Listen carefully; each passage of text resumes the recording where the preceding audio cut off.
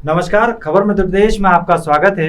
आज मेरे साथ खास चर्चा में है हिंदवी स्वराज संगठन के संस्थापक अमित पांडे जी, जो एक अभिभाषक भी हैं।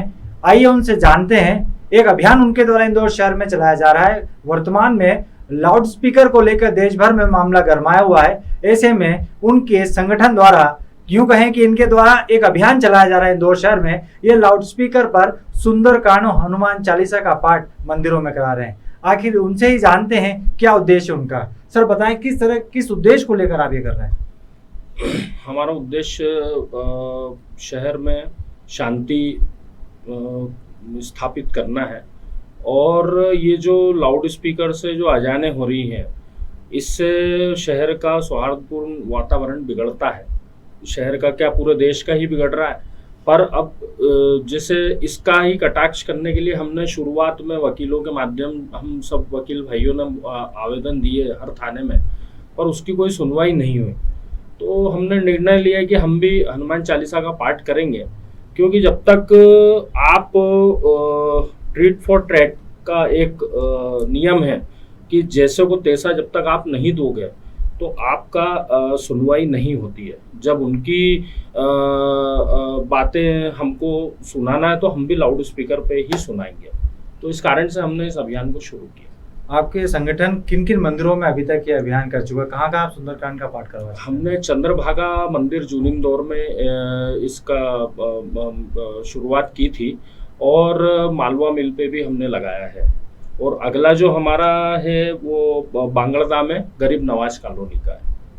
सर, लगातार आपके द्वारा निश्चित तौर पर ये जो मैंने जो शुरुआत में कहा कि लाउड स्पीकर अभी एक बड़ा मुद्दा बन गया है जी, कि कहीं ना कहीं जहाँ देखें, हम बात करें राजस्थान की या महाराष्ट्र की बात करें जी, तो वहाँ पर भी इसको लेकर काफी मामला वहाँ भी गरमाया है। उसको आप किस तरह देखते हैं? सभी जगह के स्थानीय मुद्दे, और मुद्दे तो सिर्फ एक ही है। कभी ये विषय ये है कि लाउड स्पीकर का, तो हर जगह स्थानीय मुद्दे में यही विषय है कि लोग परेशान हो रहे हैं, बीमार बच्चे हैं, बीमार जो बुजुर्ग हैं, बच्चे जो पढ़ाई करते हैं उनको डिस्टर्बेंसेस होते हैं, और जो बुजुर्ग बेचारे बीमार हैं, जो कुछ बोल नहीं पाते हैं, कुछ डिसेबल बच्चे भी होंगे, कुछ स्पेशल चाइल्ड होंगे जो कुछ नहीं बोल पाते हैं। उनसे आप पूछें, उनसे आप समझें, उनका दर्द को समझें, क्योंकि दिन ब दिन आवाज़ें और बढ़ती जा रही है। स्पीकर्स की मतलब जो एक संख्या है वो भी बढ़ती जा रही है, और मतलब मनमाने ढंग से, तानाशाही तरीके से ये सब चलाया जाता है। तो हर जगह इसका विरोध हो रहा है, शुरू हो चुका है, और ये दमदारी से होगा। नहीं, बात आपकी मैंने मानी, लेकिन जिस तरह लाउड स्पीकर पहले भी थे, अब आपने भी शुरू करे, तो कहीं ना कहीं वो तो बड़ा है। नहीं, आप ये समझिए, म्यूजिक जो हाँ, बजे का वो तो बड़ा है, बजा ये बड़ा है, पर आप ये समझिए कि पूर्व में ये कोई एक मतलब एक किसी धर्म में या इनके मौलिक अधिकार में नहीं आता है कि ये लाउड स्पीकर पे बजाए। अब ये शुरुआत लाउड स्पीकर की कोई ऐसा तो है नहीं कि ये 500 साल पुराना विषय है, या लाउड स्पीकर का जो एक मतलब आविष्कार हुआ है। तो ये तो अभी वर्तमान में मतलब कुछ ही साल पहले हुआ है, मतलब 100-125 साल पकड़ लें हम। और शुरुआत भी मस्जिद से हुई थी। जिस मस्जिद से हुई थी उसी मस्जिद में जो मौलवी थे उन्होंने ही इसका विरोध किया था, पर चूंकि इनकी आपसी अंडरस्टैंडिंग से फिर वो शुरुआत हो गई। तो ऐसा नहीं है कि ये पुरानी परंपरा है तो इसको खत्म नहीं किया जा सकता।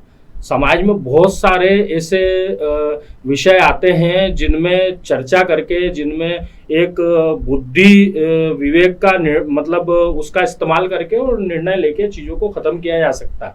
पर इनका मुझे रवैया समझ में नहीं आया कि भाई ये क्या चाहते हैं। ये कहीं किसी दूसरी जगह पे, मान लीजिए हम जूनी इंदौर क्षेत्र में मेरा निवास है, तो जूनी इंदौर क्षेत्र में हमें सुबह 4 बजे सुनने को मिलता है कि तिलक नगर शमशान, वो अपने कब्रिस्तान में फला फला व्यक्ति शांत हो गए हैं, तो उनका मतलब वहाँ पर तिलक नगर में सुपुर्द खाक की जाएगी। तो मतलब अल्टीमेटली आप क्या बता रहे हो कि वहाँ पे आपको सबको मौजूद होना है। तो इसका क्या मतलब हुआ? ये अजान तक ही सीमित नहीं है बातें, ये एक सूचना तंत्र के माध्यम से इस्तेमाल होता है। आपने देखा रिगल चौराहे पर कितनी संख्या में मुस्लिम इकट्ठे हुए, हम भी करते हैं आज प्रदर्शन, हम भी सब कुछ करते हैं, पर हम किसी को परेशान नहीं करते हैं। हमारा उद्देश्य ये नहीं है कि किसी को हम दबाना चाहते हैं या हम किसी को बर्बाद करना चाहते हैं। इनकी मानसिकता में ये है, ये लोगों को परेशान किया, इन्होंने महिलाओं को परेशान किया, वहां पे इन्होंने बेचारे जो टैक्सी वाले थे बुजुर्गों को इन्होंने परेशान किया, मतलब इतनी अभद्रता करी है वहां पे। जो इस पर जो वहां के जो प्रत्यक्षदर्शी लोग थे, जिनसे मैं खुद खड़ा हुआ था, मेरा खुद का ऑफिस है रिगल चौराहे पे, तो मैंने गच्ची पे से देखा कि ये किस प्रकार से अभद्रता करते हैं। मतलब बहुत निम्न स्तर की इनकी सोच है, और आप देख ही रहे हैं सारा, मतलब इनकी स्थिति बड़ी गंभीर है। लगातार आपने अपनी बात जिला प्रशासन तक भी पहुंचाई। आप अभिभाषक संघ जो आपके मतलब अभिभाषक जो थे, आप सभी वहाँ पहुंचे थे, वहाँ अपनी बात रखी, ज्ञापन तक दिया, उसमें अभी तक क्यों नहीं कुछ सुनवाई हो पाई है? अब ये प्रशासन का फैसला है। अब ये जो भी उनके साथ में परेशानी आ रही होगी, तो वो उस कारण से ये लोग निर्णय नहीं ले पा रहे हैं, पर इनके निर्णय से हमें कोई फर्क नहीं पड़ता। हमें जो करना है हम तो करेंगे, और हमें प्रशासन सहयोग करे ना करे, हमें सरकार सहयोग करे ना करे, हम ये कार्य करके ही रहेंगे, बिल्कुल करेंगे और दमदारी से करेंगे। अभी हाल ही में आपने रिगल पे एक छोटा आयोजन करके और कान की मशीनें पहुंचाई हैं बाहर, महाराष्ट्र मुख्यमंत्री ओवैसी साहब को, क्या वजह रही इसकी?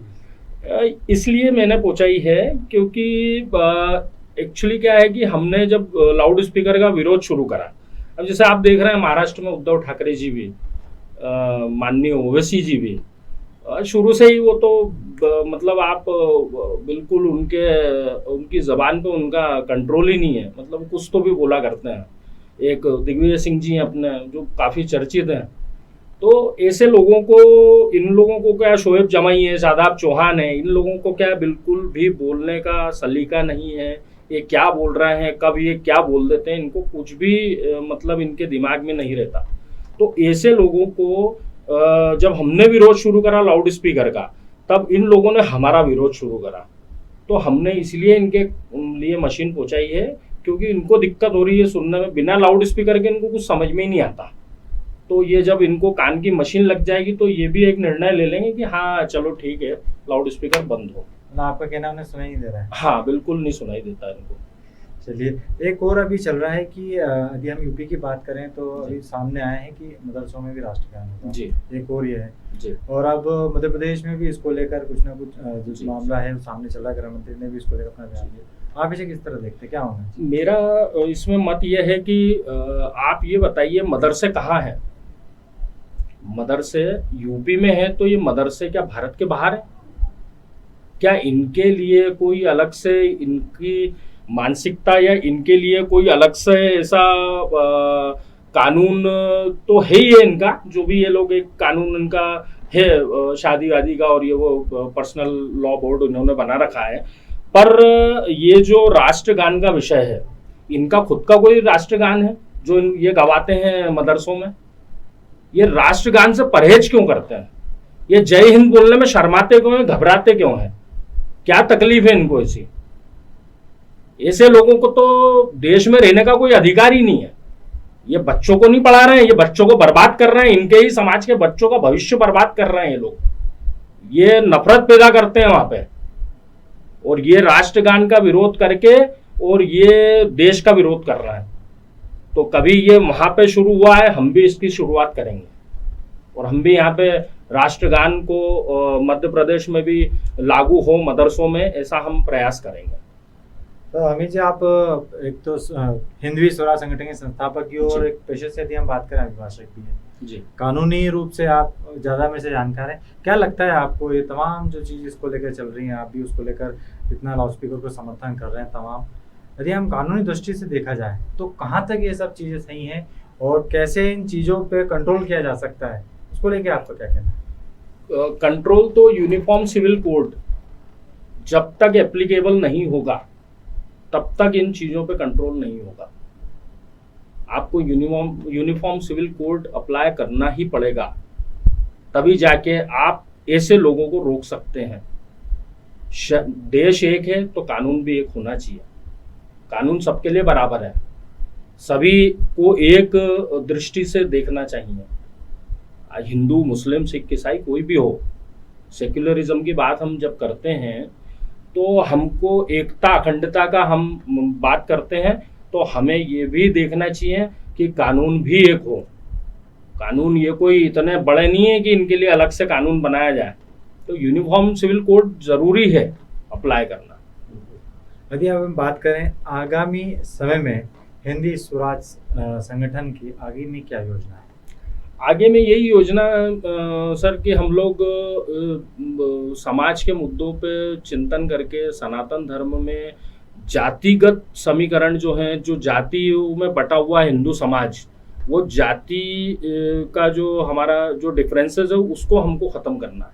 मतलब आदिवासी समाज के भाई हैं मेरे, उन्होंने प्रदीप मिश्रा जी के बारे में अनशन लिखा। जो आज प्रदीप मिश्रा जी ऐसा अलग जगा रहे हैं पूरे देश में कि हर व्यक्ति, मतलब हम महिलाएं जो कि धर्म को भूल चुकी थी, जो समाज जो धर्म को भूल चुका था, वो आज पूजा पाठ और ये सब चीज़ें, मंदिरों में जाना आना सबका शुरू हो गया, मंदिरों में भीड़ शुरू हो गई। इससे कई लोग, मतलब प्रदीप मिश्रा जी जैसे गुरुओं के उस पर, और आज ऐसे ही गुरुओं को ये गाली बक रहे हैं। मतलब लिटरली ये लोग फेसबुक पे इस प्रकार से चला रहे हैं, और जो लोग इनका विरोध कर रहे हैं उनके विरोध में ये बात करते हैं। इनका एक सरगना है वो कि कोई डॉक्टर है जिसने पहले भी कई सारी हरकतें कर रखी है, वो जो पैसे लेके सेटलमेंट करता है, तो वो बंदा भी मतलब इन लोगों को आगे बढ़ा के और ऐसे लोगों से गाली बकवा रहा है फेसबुक पे,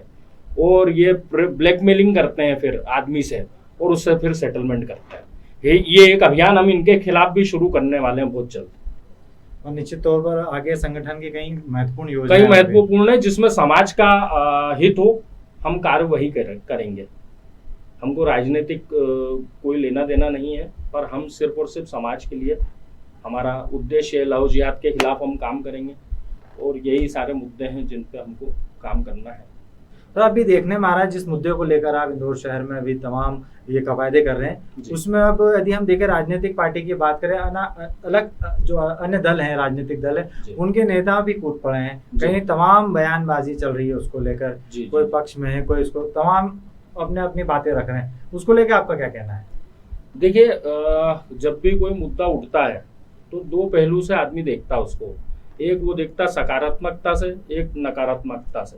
तो जो सकारात्मकता से देखते हैं वो हमारा सहयोग कर रहे हैं, तो जो नकारात्मकता से देखते हैं वो विरोध कर रहे हैं। तो सहयोग में जैसे अब माननीय हमारे विधायक आकाश जी और गृह मंत्री जी, ये सभी हमारा सहयोग इसलिए कर रहे हैं कि हमने जिस विषय को उठाया है और जिस विषय को हम आगे बढ़ा रहे हैं, वो विषय वाकई में गंभीर एक विषय है जिस पर चिंतन होना चाहिए।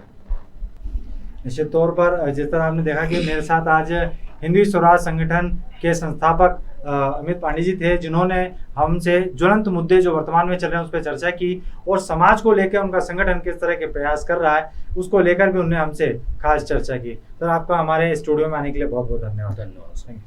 आप हमारे साथ बने रहिए और देखते रहिए खबर मध्य प्रदेश।